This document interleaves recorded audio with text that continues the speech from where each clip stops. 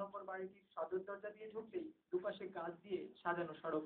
একটু হাঁটলেই চোখে পড়বে গাছের ছায়ায় চিরপরিচিত ভঙ্গিতে বসে থাকা শহীদ জিয়াউর রহমানের আবক্ষ সেই মূর্তি। 156 কাঠার বিশাল এ বাড়িটির এক পাশে সবুজ ঘাস বিছানো লন, সুইমিং পুল, আরেক পাশে গাড়ি পার্কিং। মাঝে একটি পুরনো একতলা বাড়ির সাথে সংযুক্ত নতুন একটি দোতলা বাড়ি। আর এসব ঠিক বাইরে থেকে ঘিরে রেখেছে সযত্নে গড়ে তোলা বাগান। সাবেক প্রধানমন্ত্রী বেগম খালেদা জিয়ার শহীদ মইনুল হোসেন রোডে এই বাড়িটি নিয়ে জনগণের আগ্রহের কোনো কমতি নেই।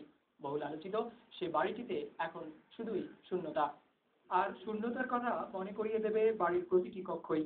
মূল ফটক পেরিয়ে বাড়িটিতে ঢুকলে হাতের দুপাশেই পড়বে ড্রয়িং রুম। দামি সব আসবাবে সাজানো বিশাল ফ্যামিলি লিভিং। প্রতিটি কক্ষই সাজানো আলাদা রং আর মেজাজে। এর পাশেই বেগম খালেদা জিয়ার শয়ন কক্ষ। রুম লাগোয়া বাথরুম পড়ে রয়েছে অনেকটা অনাদরেই। এর পাশেই থাকা মেকআপ রুমের লকারগুলো ফাঁকা। খালেদা জিয়া বাড়ির স্বেচ্ছায় ছেড়ে গেছেন আইএসপিআর এমন দাবি করলেও তার শোবার ঘরের দরজার লকে আঘাতের চিহ্ন রয়েছে। বাড়ির প্রতিটি কক্ষ ঘুরে বেগম জিয়ার বাড়ি ছাড়ার প্রস্তুতির ছাপও চোখে পড়বে বেশ ভালোভাবেই।